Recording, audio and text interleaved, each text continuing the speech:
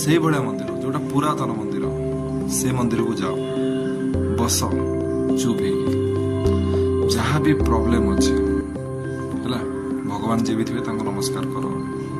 ସେଇଠି ବସିକି ଯାହା ବି ପ୍ରୋବ୍ଲେମ ଅଛି, ଯୋଉ ଜିନିଷରେ ତମେ କନଫ୍ୟୁଜ ଅଛ, ସେ ଜିନିଷଟା ନିଜ ମନରେ ତାଙ୍କୁ କୁହ ଯେ ପ୍ରଭୁ ମୁଁ କନଫ୍ୟୁଜ ଅଛି, ମୁଁ କ'ଣ କରିବି ଜାଣିପାରୁନି, କୋଉଟା କରିବା ମୋ ପାଇଁ ଠିକ୍, କୋଉଟା କରିବା ମୋ ପାଇଁ ଭୁଲ, ମୁଁ ଜାଣିପାରୁନି, ମତେ ସଲ୍ୟୁସନ ଦରକାର।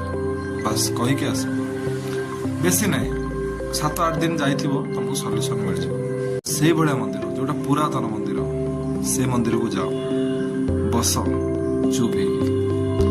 ଯାହା ବି ପ୍ରୋବ୍ଲେମ ଅଛି ହେଲା, ଭଗବାନ ଯିଏ ବି ଥିବେ ତାଙ୍କୁ ନମସ୍କାର କର। ସେଇଠି ବସିକି ଯାହା ବି ପ୍ରୋବ୍ଲେମ ଅଛି, ଯୋଉ ଜିନିଷରେ ତମେ କନଫ୍ୟୁଜ ଅଛ, ସେ ଜିନିଷଟା ନିଜ ମନରେ ତାଙ୍କୁ କୁହ ଯେ ପ୍ରଭୁ ମୁଁ କନଫ୍ୟୁଜ ଅଛି, ମୁଁ କ'ଣ କରିବି ଜାଣିପାରୁନି, କୋଉଟା କରିବା ମୋ ପାଇଁ ଠିକ୍, କୋଉଟା କରିବା ମୋ ପାଇଁ ଭୁଲ, ମୁଁ ଜାଣିପାରୁନି, ମତେ ସଲ୍ୟୁସନ ଦରକାର। ବାସ୍ କହିକି ଆସ। ବେଶୀ ନାହିଁ, 7-8 ଦିନ ଯାଇଥିବ ତମକୁ ସଲ୍ୟୁସନ ମିଳିଯିବ।